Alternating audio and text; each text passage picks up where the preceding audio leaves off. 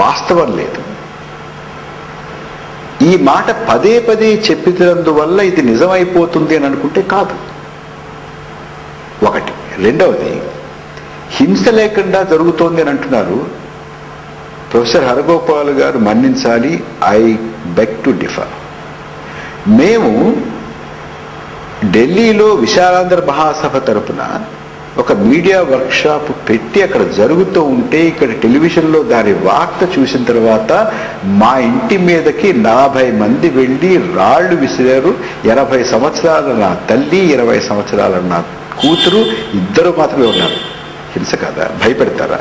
మమ్మల్ని భయపెట్టి ఒకటిగా ఉండాలి అనుకున్నటువంటి వాళ్ళు కేవలం హరగోపాల్ గారు పదే పదే అంటున్నారు, ఏదేదో వాళ్ళు పెట్టుబడిదారులు అంటున్నారు. కాదు, ఒకటిగా ఉండాలి అని కోరుకుంటున్నటువంటి విశాలాంధ్ర మహాసభలో కోస్తా జిల్లాలకు చెందినటువంటి వారు, రాయలసీమ జిల్లాలకు చెందినటువంటి వారు, నైజాం జిల్లాలకు చెందినటువంటి వారు, అన్ని జీవన రంగాల నుంచి ఉన్నటువంటి వారు, అన్ని వయసుల వారు, ఆడ మగ, చదువుకున్న వాళ్ళు, చదువుకోని వాళ్ళు, అన్ని రకాలైనటువంటి వారు ఉన్నారు. బలంగా కోరుకుంటున్నారు.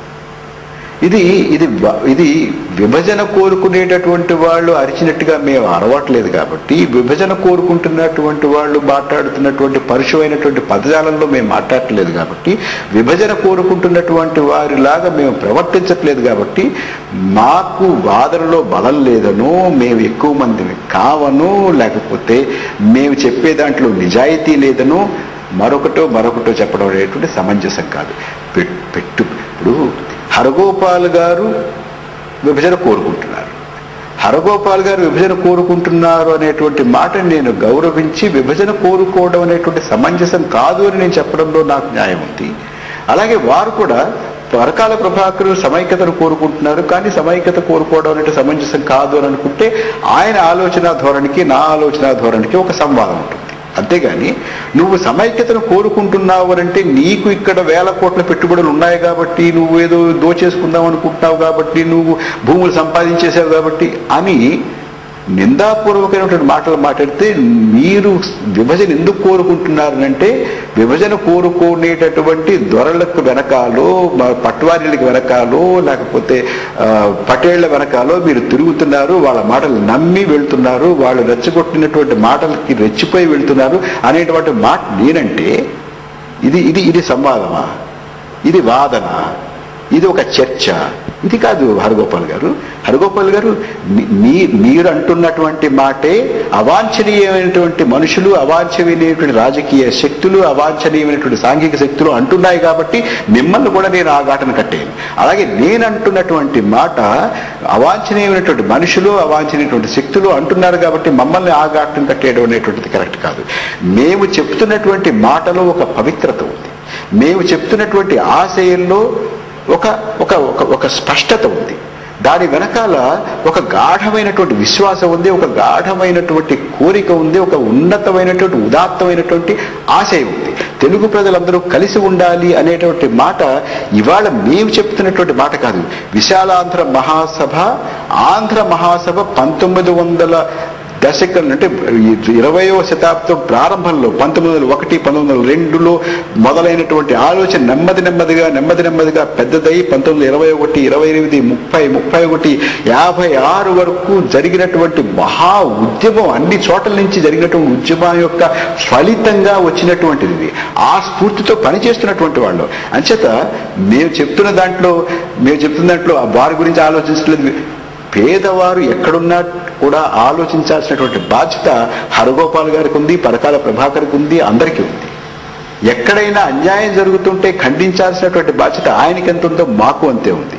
మేము ఆయనకన్నా కూడా ఎక్కడ అన్యాయాన్ని ఖండించడంలో మే తక్కువ చేయలేదు. అయితే ఒక మాట మాత్రం వారిని అడుగుతున్నాను, ఒక మాట ఆ రకమైనటువంటి ఆలోచన ధోరణిలో ఉన్నటువంటి వారిని అడుగుతున్నాము. మేము హైదరాబాద్లో కూర్చుని,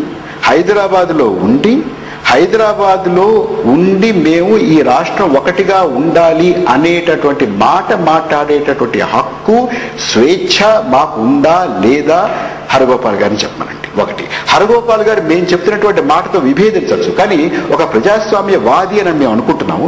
ఒక ప్రజాస్వామ్యవాది అయితే గనక మేము చెప్తున్నటువంటి మాట మమ్మల్ని చెప్పనివ్వకుండా మా మీద దాడి చేసో, మమ్మల్ని పరుషంగా మాట్లాడో, మమ్మల్ని బెదిరించో, మమ్మల్ని డబాయించో, మా నోళ్లు మూయించడానికి ప్రయత్నం చేస్తే అతను చెప్పే మాటతోటి నేను విభేదిస్తున్నాను. కానీ పరకాల ప్రభాకరు విశాలాంధ్ర మహాసభ చెప్పేటటువంటి మాట చెప్పనివ్వండి అని ఆయన మాకు వెన్నుదన్నుగా ఉండి మాట్లాడగలిగినటువంటి శక్తి, మాట్లాడగలిగినటువంటి నిబద్ధత హరగోపాల్ గారికి ఉందా లేదా కనుక్కోండి. మేము వాళ్ళ దగ్గరికి వెళ్ళాం, చెప్పాం మేము ఈ మాట మాట్లాడదలుచుకున్నాము అనేటువంటి మాట మేము వారితో అన్నాం. ఆయన ఏమన్నారు, మొన్నటి వరకు నేను కూడా సమైక్యవాదిని, అయితే రాజశేఖర రెడ్డి గారిని చూడడానికి వెళ్ళాము, కృష్ణా జిల్లాల గురించి ఒక కాగితం ఇలా ఇస్తే ఆ కాగితాన్ని అలా తీసి పారేసి ఈ మ్యాటర్ క్లోజ్ అన్నారు.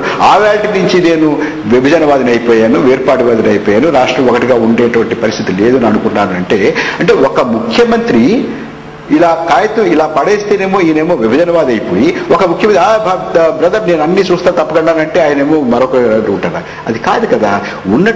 చరిత్రక ఉన్నటువంటి పర్యవసానాలు ఏమిటి, పరిణామాలు ఏమిటి, ఉన్నటువంటి ఆర్థిక సామాజిక చారిత్రక స్థితిగతులు ఏమిటి అనేటటువంటి లోతుగా అధ్యయనం చేయాలి. ఒకవేళ ఎక్కడైనా ఇది తప్పుతో పడుతోందనంటే కాదు మనందరం కలిసి ఉండాలి, సర్దుకోవాలి అని అటువంటి విజ్ఞులు చెప్తారని మేము అందరూ ఆశిస్తున్నాం. ఎప్పటికైనా కూడా కలిసి ఉండాలి అనేటటువంటి విచారధార, ఆలోచన ధోరణి గెలిచి తీరుతుంది. విశాలాంధ్ర మహాసభ దీని గురించి కంకణం కట్టుకుంది. విశాలాంధ్ర మహాసభ దీని గురించి ఏవైనా సరే రాష్ట్ర విభజన జరగకూడదు అని మా వంతు ప్రయత్నాన్ని పూర్తిగా చేస్తాము. మేము రాష్ట్రం మొత్తం మీద అన్ని ప్రాంతాలలోనూ కూడా మేము ఎక్కువ మంది ఉన్నాము. ఇవాళ మేము సైలెంట్గా ఉండొచ్చు, మా మాట పెద్ద గట్టిగా వినపడకపోవచ్చు, మేము రోడ్ల మీదకి వచ్చి అల్లరి చేయకపోవచ్చు, మేము బస్సులు ఆపకపోవచ్చు, మేము రోడ్ల మీద వంట చేసుకోకపోవచ్చు, మేము కార్యాలయాలకు వెళ్లకుండా సమ్మెలు చేయకుండా ఉండకపోవచ్చు. కానీ రాష్ట్రంలో ఉన్నటువంటి ఈ వాతావరణం మంచిది కాదు. రాష్ట్ర ప్రజలందరూ కలిసి ఉండాలి, మన ఐక్యత ఎక్కడా కూడా దెబ్బ తగలకూడదు అనేటటువంటి ఒక పవిత్రమైనటువంటి లక్ష్యంతో మేము పనిచేస్తున్నాం. రైట్ పరకాల గారు, ఒక పవిత్రమైనటువంటి లక్ష్యంతో పనిచేస్తున్నారు, సమైక్యతావాదాన్ని వినిపిస్తున్నాం అని చెప్పి పరకాల గారు అంటున్నారు. అలాగే దాడుల గురించి కూడా ఆయన ప్రస్తావించారు. వీటన్నిటిపై మాట్లాడదాం.